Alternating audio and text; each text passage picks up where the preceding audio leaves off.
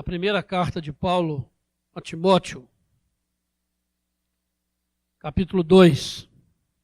1 Timóteo, capítulo 2, verso 1 ao verso 7. Diz assim a palavra de Deus: Antes de tudo, pois, exorto que se use a prática de súplicas, orações e intercessões, ações de graças em favor de todos os homens, em favor dos reis e de todos que se acham investidos de autoridade, para que vivamos vida tranquila e mansa, com toda a piedade e respeito. Isso é bom e aceitável diante de Deus, nosso Salvador, o qual deseja que todos os homens sejam salvos e cheguem ao pleno conhecimento da verdade. Porquanto há um só Deus e um só mediador entre Deus e os homens, Cristo Jesus, homem, o qual a si mesmo se deu em resgate por todos, testemunho que se deve prestar em tempos oportunos. Para isso foi designado pregador e apóstolo, afirma a verdade, não minto, mestre dos gentios na fé e na verdade. Amém. Irmãos, a verdade que está revelada aí no versículo 5 desse texto, ela tem sido enfatizado ao extremo pelas igrejas protestantes, reformadas, que têm a Bíblia como a sua única regra de fé e prática. É uma verdade clara, cristalina, não precisa de explicação, mas nós ficamos admirados com a facilidade, com a falta de temor a Deus, com que esta verdade tem sido desprezada e mesmo tem sido afrontada aqui em nosso país. Há poucos dias o país parou para prestar culto a um ídolo que pretensamente é mediadora entre o homem e Deus. Logo depois, o Papa canonizou 30 santos brasileiros de uma vez só, de uma canetada só. 30 homens e mulheres que passaram a ser agora intercessores, que agora podem receber oração sua e ela vai ser levada a Deus. Uma clara afronta à palavra de Deus, que existe um só mediador entre Deus e os homens. E essa história desses santos, ela precisa ser esclarecida, porque nos noticiários dos jornais, eu leio o Globo, saiu lá que, na primeira página, que esses 30 santos foram massacrados por calvinistas holandeses. Ou seja, criando uma divisão. Justamente porque estamos comemorando 500 anos da Reforma. Então vem dizendo que são calvinistas que mataram estes santos e por isso estas pessoas, e por isso se tornaram santos, ou mais santos, né? Porque foram mortos por calvinistas, né? Então deve ter um lugar especial. Mas isso é uma afronta à história.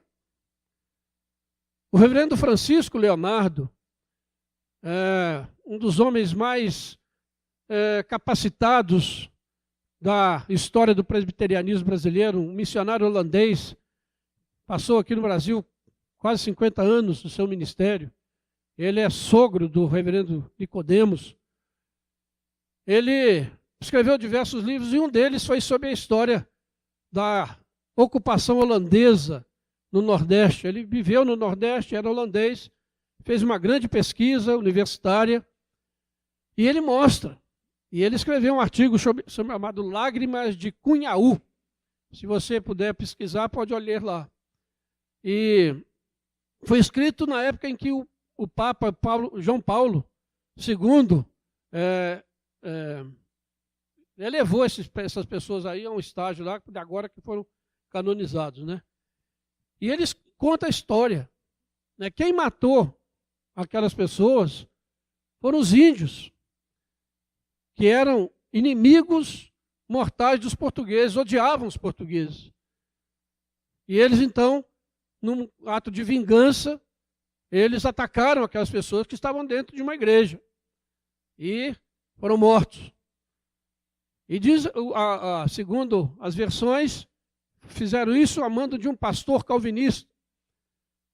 Mas a história mostra que esse pastor foi enviado junto com um destacamento holandês para proteger os portugueses, para evitar que os índios continuassem fazendo essa vingança, porque os índios gostavam dos holandeses.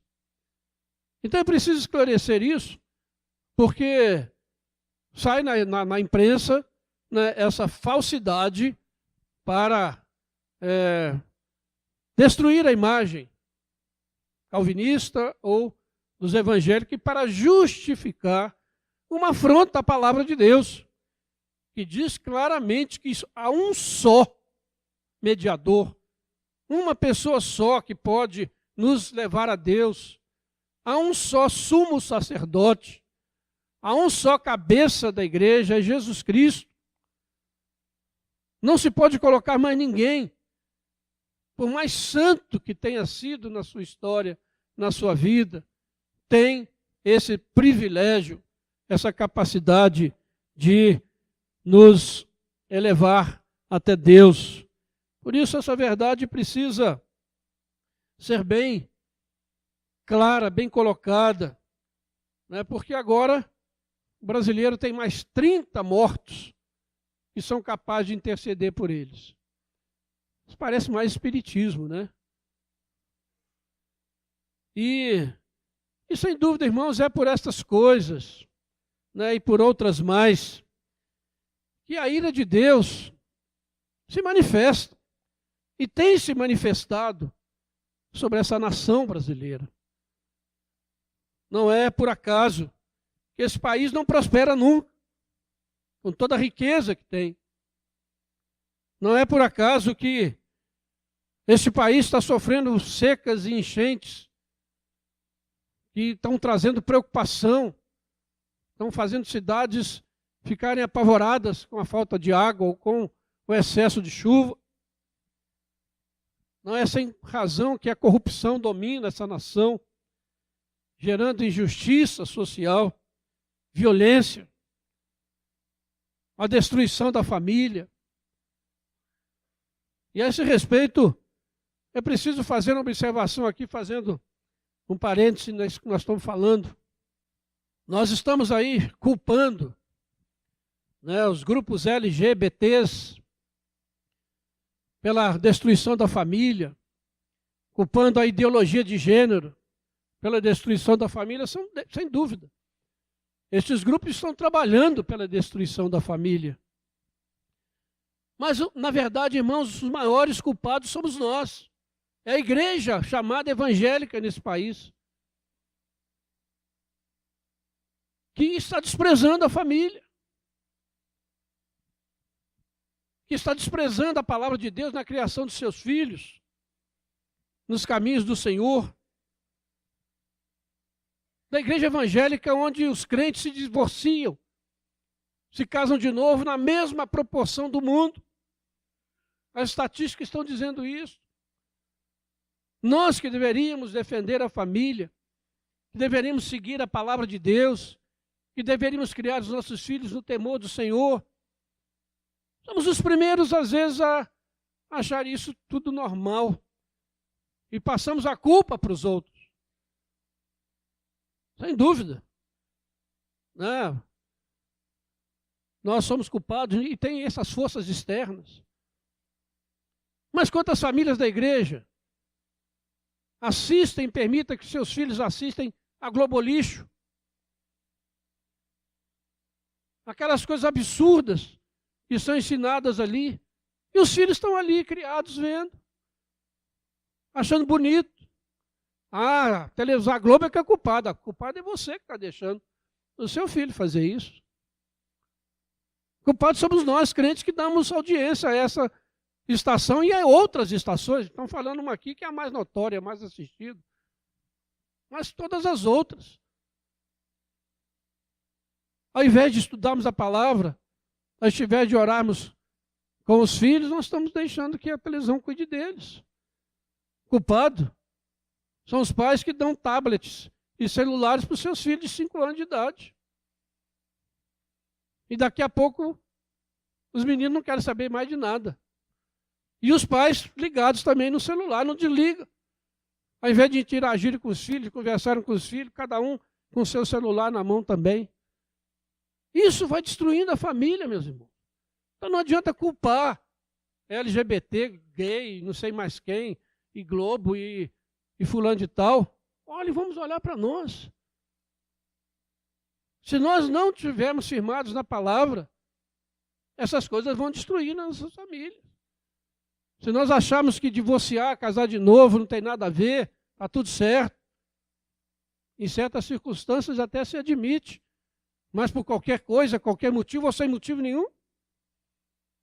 E isso entra na igreja, a igreja acha isso normal. Então precisamos acordar, irmãos. Precisamos voltar aos valores da reforma. Precisamos voltar aos valores bíblicos.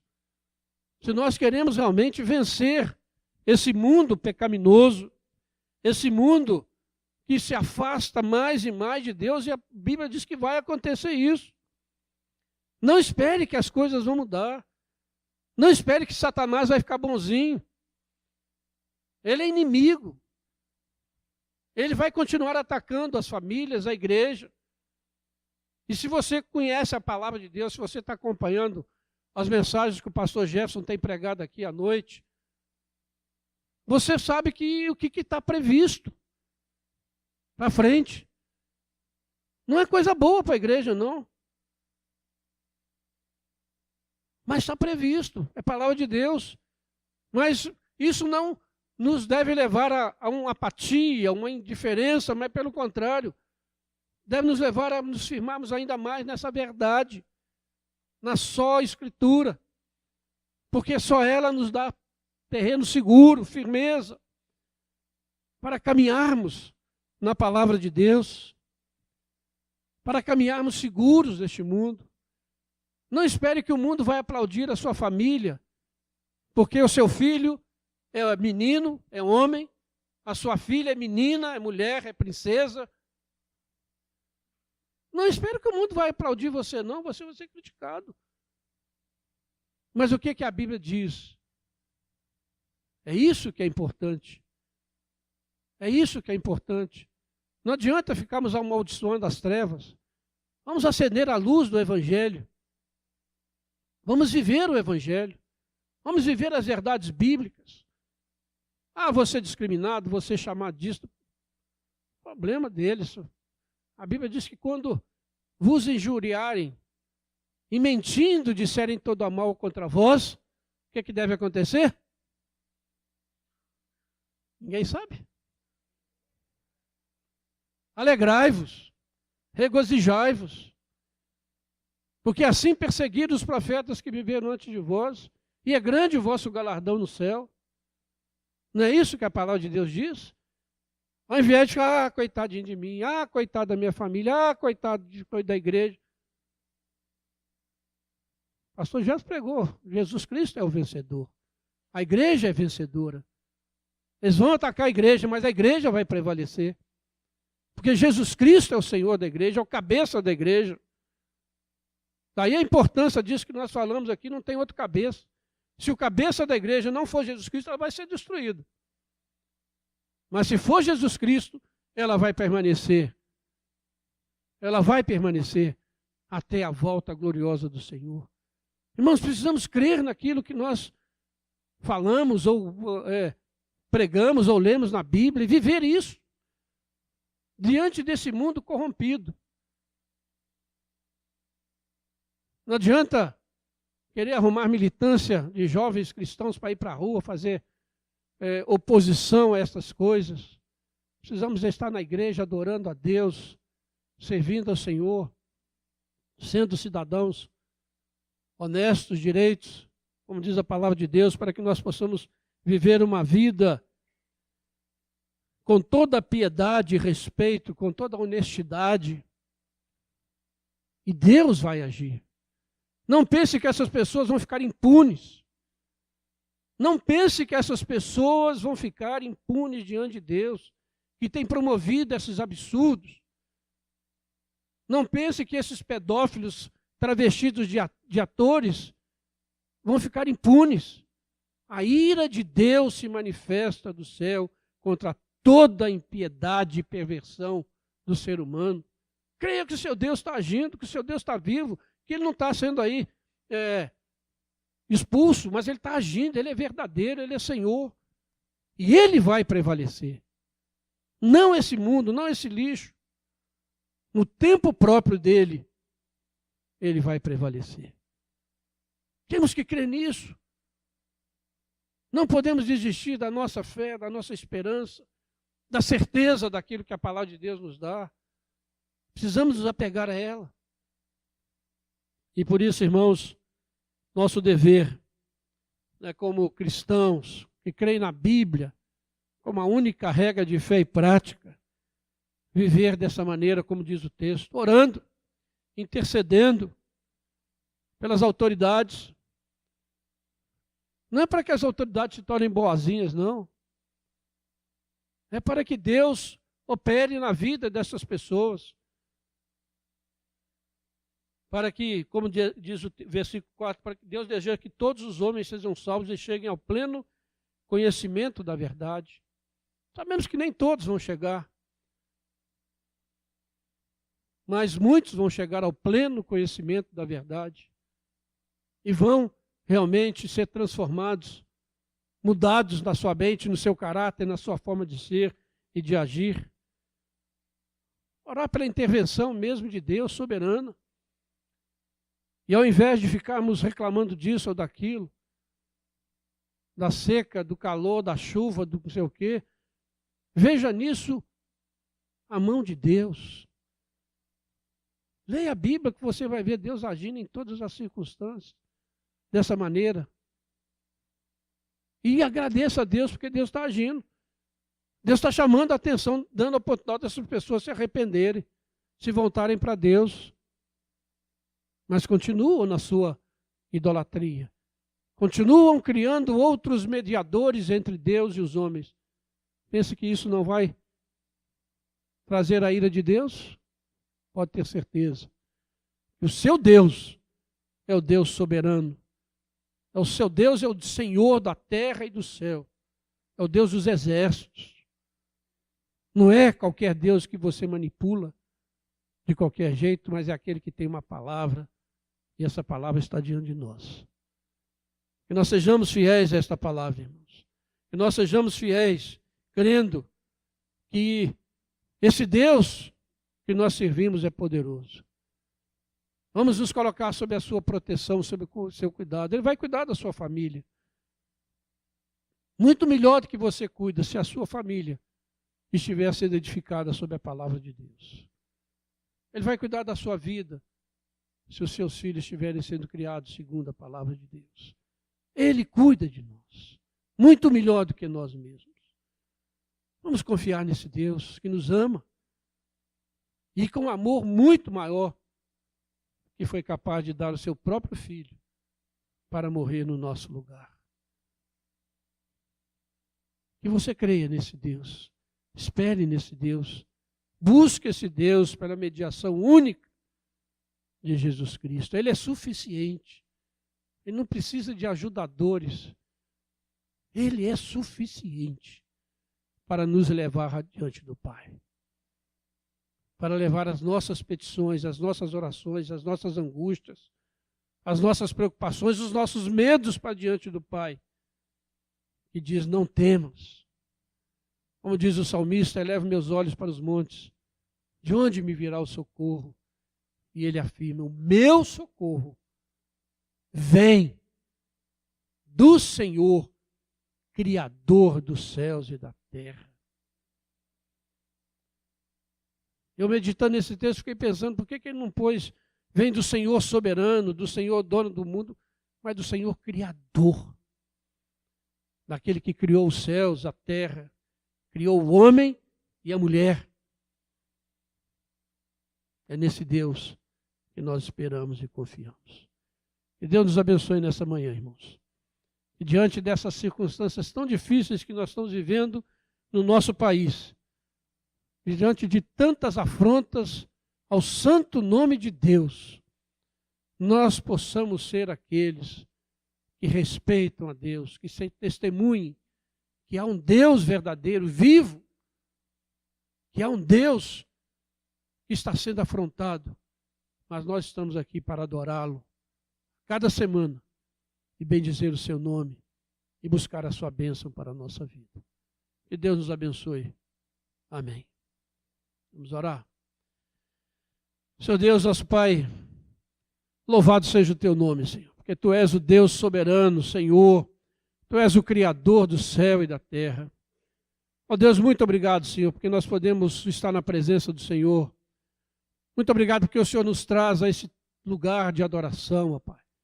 Muito obrigado porque o Senhor nos dá esse privilégio nessa manhã, Pai. Privilégio, ó Pai, de te adorar, de te bendizer, de ouvir a tua voz, Senhor. Louvado seja o teu nome, Senhor, por essas bênçãos tão maravilhosas, ó Pai.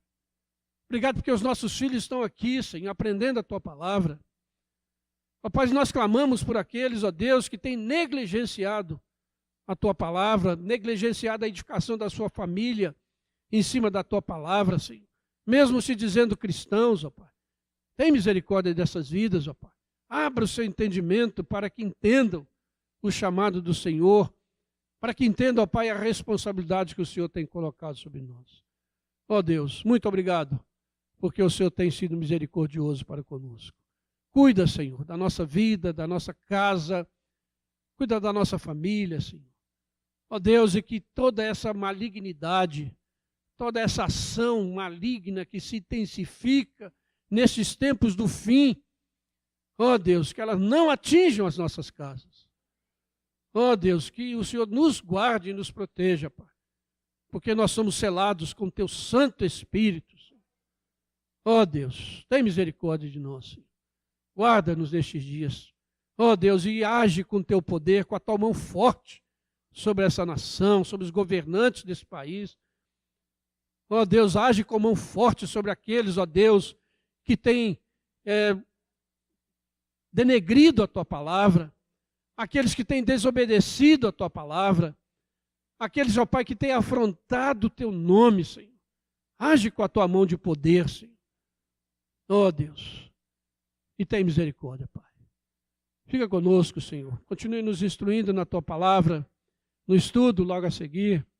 E nesse dia, Pai, que logo mais possamos estar aqui novamente para ouvir a tua palavra, Pai. Louvado seja o teu nome. Nós oramos em nome de Jesus. Amém, Senhor. Amém.